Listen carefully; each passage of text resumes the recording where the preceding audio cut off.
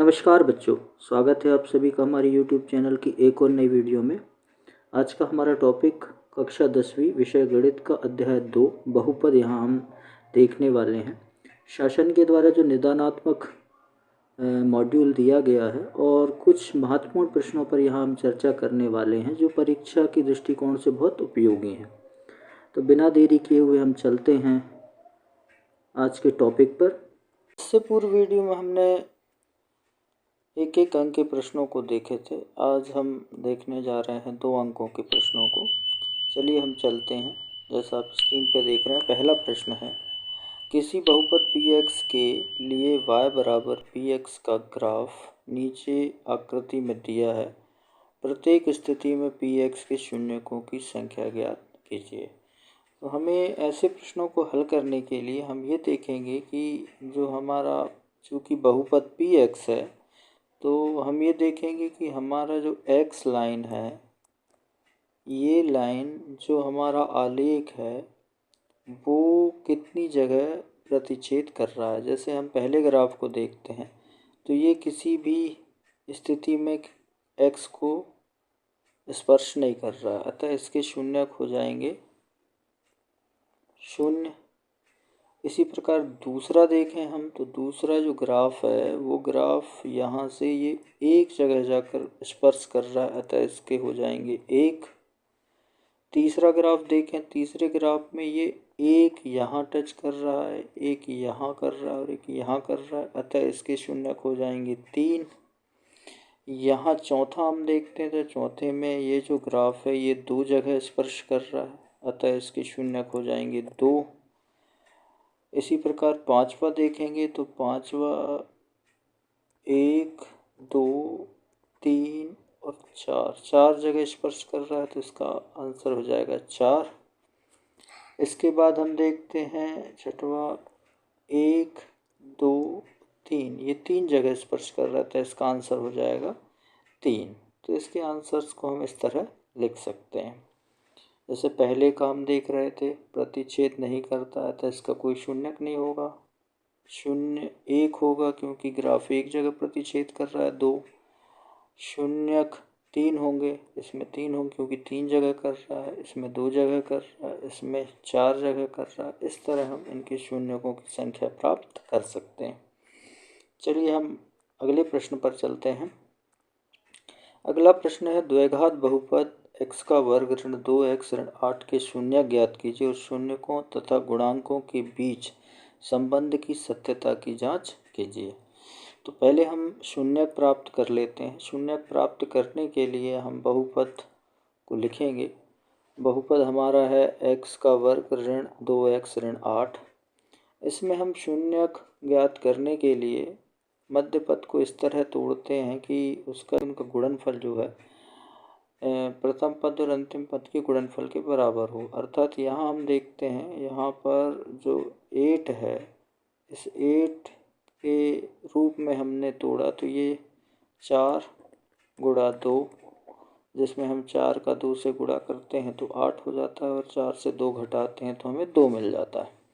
अतः यहाँ हम 2x के स्थान पे 4x और 2x का उपयोग करेंगे तो यहाँ हो जाएगा x का वर्ग ऋण 4x धन 2x ऋण 8। तो इस तरह ये इसको घटाने पर हमें 2x मिल जाएगा। फिर हम ये करते हैं कि इसमें 2 पदों की जोड़ी तैयार कर लेते हैं और जोड़ी से एक उभयनिष्ठ हम प्राप्त करते हैं। जैसे यहाँ हमने x प्राप्त किया तो ये हो जाएगा x, यहाँ चूँकि x का गुणा x से हो रहा था तो x कॉमन आ गया तो x बच गया, यहाँ से x कॉमन निकल गया तो यहाँ बचा 4। ठीक इसी प्रकार यहाँ हम देखते हैं तो यहाँ 2 कॉमन निकलता है तो यहाँ भी बच जाता है x ऋण 4। ये गुणनखंड और ये गुणनखंड बराबर आता है तो इसे हम अलग लिख लेते हैं और जो शेष बच जाएगा उसे हम अलग, अर्थात ये हो जाएगा x ऋण 4 हमने कॉमन निकाल के रख लिया और यहाँ बचा x धन 2। ये हम शून्य के बराबर रख कर चलते हैं, अर्थात ये पद भी शून्य के बराबर होगा और ये पद भी शून्य के बराबर होगा, अर्थात ये हो जाएगा x ऋण 4 अर्थात ये हो जाएगा x ऋण 4 बराबर 0, अर्थात 4 का पक्षांतर करेंगे तो x बराबर प्लस के 4 हमें यहाँ मिलेंगे। ठीक है, इसी प्रकार इसे जब हम सॉल्व करेंगे तो -2 हमें मिलेगा। तो एक को हम अल्फ़ा ले लेंगे, एक को हम बीटा ले लेंगे। ये हम सत्यता की जांच के लिए करेंगे कि हम संबंध जो है उसकी जांच करने जाएंगे। तो यहाँ पर हमने शून्यक को प्राप्त कर लिया है। आगे चलते हैं हम इसकी जांच करने के लिए। जांच करने के लिए यहाँ पर हमने जो बहुपद लिया है उस बहुपद से उसकी तुलना हम करते हैं ax का वर्ग धन bx धन c से। तो यहाँ a का हमें मान प्राप्त होता है 1, b का मान प्राप्त होता है ऋण 2 और c का मान प्राप्त होता है ऋण 8। इन मानों की सहायता से हम जांच करेंगे। तो शून्यकों के योगफल का जो सूत्र होता है अल्फ़ा धन बीटा बराबर ऋण b बटे a। तो यहाँ हमने एक को अल्फ़ा माना हुआ था तो 4, बीटा ऋण 2 और यहाँ b की जो वैल्यू है वो हम रख देंगे तो ऋण 2 बटे a की वैल्यू रख देंगे हम। यहाँ हम देखते हैं 4 से 2 घटाने पे 2 मिलता है, यहाँ ऋण से ऋण का गुणा होता है तो 2 मिलता है। इस तरह ये दोनों आपस में बराबर आ जाते हैं। पुनः एक बार और जांच करते हैं शून्यकों का गुणनफल अल्फ़ा इंटू बीटा बराबर हो जाता है c बटे a। तो यहाँ पर अल्फ़ा 4 बीटा ऋण 2 गुणा करने पे ऋण 8 मिलता है। ठीक, यहाँ पर 8 c के स्थान पे ऋण 8 जमाते हैं और 1 से डिवाइड करते हैं तो हमें ऋण 8 मिलता है। अतः ये दोनों पुनः बराबर आ जाते हैं। इस तरह हम जांच कर सकते हैं कि जो शून्यक प्राप्त किए गए हैं वो सही हैं। चलिए अगले प्रश्न पर चलते हैं। अगला जो प्रश्न है ठीक इसी प्रकार हमें सॉल्व करना है।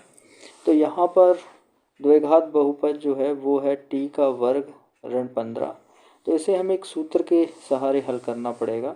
तो सूत्र का उपयोग करने के लिए हम पहले यहाँ एक संख्या का प्राथमिक जो संख्या है उसका वर्ग है, दूसरी जो संख्या है बहुपद का पद है उस पद का भी हमें वर्ग करना होगा।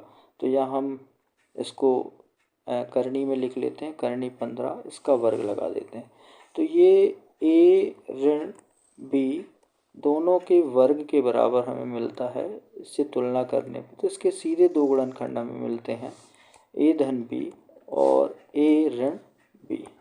तो इस फार्मूले की सहायता से इसे हम दो गुणनखंडों में बदल देते हैं इस तरह, एक धन वाला पद और एक ऋण वाला पद। इससे हम t की वैल्यू निकाल लेते हैं। तो t का जो मान निकलता है, एक मान निकलता है ऋण 15 और इसमें ऋण होने की वजह से पक्षांतर होने पे धन करनी 15 निकलता है। तो एक हो गया अल्फ़ा का मान ऋण करनी 15 और बीटा का मान हो गया करनी 15। ठीक उसी प्रकार सत्यता की जांच पुनः करेंगे। जांच करने पे यहाँ हमें a का मान 1 मिल जाता है, b का मान 0 मिलता है क्योंकि बीच का पद इसमें नहीं है, c का मान ऋण 15 मिलता है। इसे जब हम जमाते हैं तो हमें मिलता है अल्फ़ा धन बीटा ऋण b बटे a, अर्थात दोनों ऋण करनी 15 और करनी 15 को हम यहाँ जोड़ देंगे। जोड़ने पे हमें मिलेगा 0 बटे 1 और यहाँ हमें मिलेगा 0, अतः ये दोनों मान बराबर आ जाते हैं।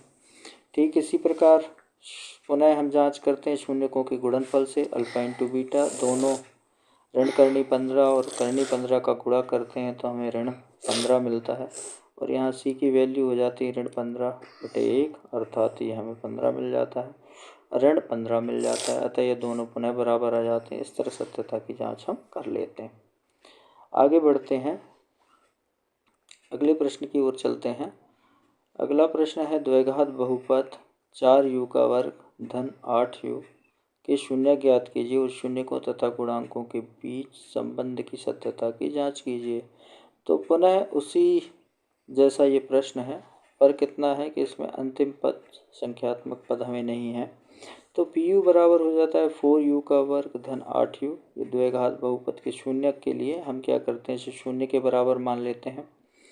फिर यहाँ हम देख रहे हैं कि यहाँ 4 और u दोनों संख्याओं में कॉमन है तो हम इसी से कॉमन निकाल देते हैं। तो इसके दो गुणनखंड हमें मिल जाते हैं। 4u हमने कॉमन निकाला तो यहाँ u बच जाता है और यहाँ 4u कॉमन निकला तो 2 बचता है। तो इसके दो गुणनखंड में मिल जाते हैं, एक ये मिल जाता है और एक ये मिल जाता है। इसको 0 के बराबर रखेंगे तो हमें u का मान 0 प्राप्त हो जाएगा और u प्लस 2 को हम 0 के बराबर रखेंगे तो -2 प्राप्त हो जाता है। तो अल्फ़ा का मान 0 मिल जाएगा और बीटा का मान -2 मिल जाएगा। आगे बढ़ेंगे, इसकी जांच के लिए हम उन्हें उसी तरह देखेंगे। तो यहाँ पर हमें मिलता है a की वैल्यू हमें 4 मिल जाती है, b की वैल्यू 8 मिल जाती है और c की वैल्यू 0 मिल जाती है। इन मानों को शून्यकों का योगफल करेंगे तो अल्फ़ा धन बीटा, अर्थात अल्फ़ा हमारा 0 था, बीटा हमारा -2 था। तो इसको जब हमने जोड़ा तो -2 आया। ऋण b बटे a में हम मान को जमाते हैं तो यहाँ 8 ऋण में हो जाएगा बटे 4, 4 से डिवाइड करेंगे ऋण 2 आ जाएगा, अर्थात ये दो मान समान आ जाते हैं। ठीक इसी प्रकार शून्यकों का गुणनफल कर लेते हैं, अल्फ़ा इंटू बीटा कर लेते हैं। ये इसका सूत्र होता है c बटे, तो अल्फ़ा का मान 0, बीटा का मान ऋण 2, गुणा करने पे हमें 0 मिलता है। ठीक इसी प्रकार c का मान 0 है, 0 बटे 4, 4 से डिवाइड करेंगे तो 0। इस तरह हम सत्यता की जांच कर लेते हैं। तरीका लगभग एक जैसा ही है जांच करने का। आगे बढ़ते हैं अगले प्रश्न की ओर। अगला जो प्रश्न है वो प्रश्न है, एक द्विघात बहुपद ज्ञात कीजिए जिसके शून्यकों का योग तथा गुणनफल क्रमशः 1/4 ऋण 1 है। तो यहाँ पर हमें एक बहुपद का निर्माण करना है। तो उस बहुपद का जो मूल रूप होता है, वो द्विघात बहुपद का जो मूल रूप होता है वो x का वर्ग धन bx धन c होता है। इसके दो शून्यक हम अल्फ़ा और बीटा को मान लेते हैं।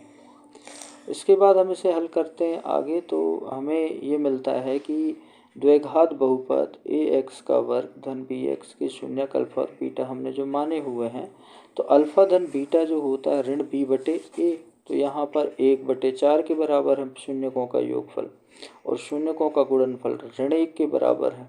तो यहाँ हम a देखते हैं कि a की वैल्यू यहाँ पर 4 दिखाई दे रही है और यहाँ b की वैल्यू 1 दिखाई दे रही है। यहाँ पर जो a है उस a की वैल्यू को 4 करने के लिए 4 से मल्टीप्लाई कर देंगे यहाँ पर हम, तो हमें ये मिल जाएगा ऋण 4/4,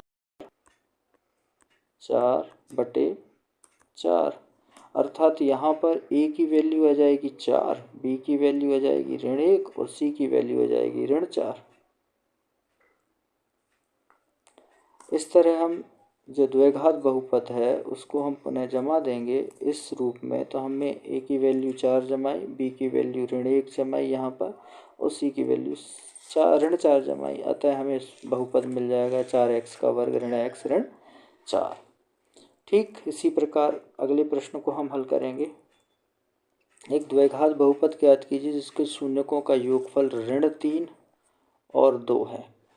ठीक उसी प्रकार पूर्व प्रश्नानुसार हम यहाँ पर द्विघात बहुपद ax का वर्ग धन bx धन c के शून्यक अल्फ़ा बीटा को मान लेंगे।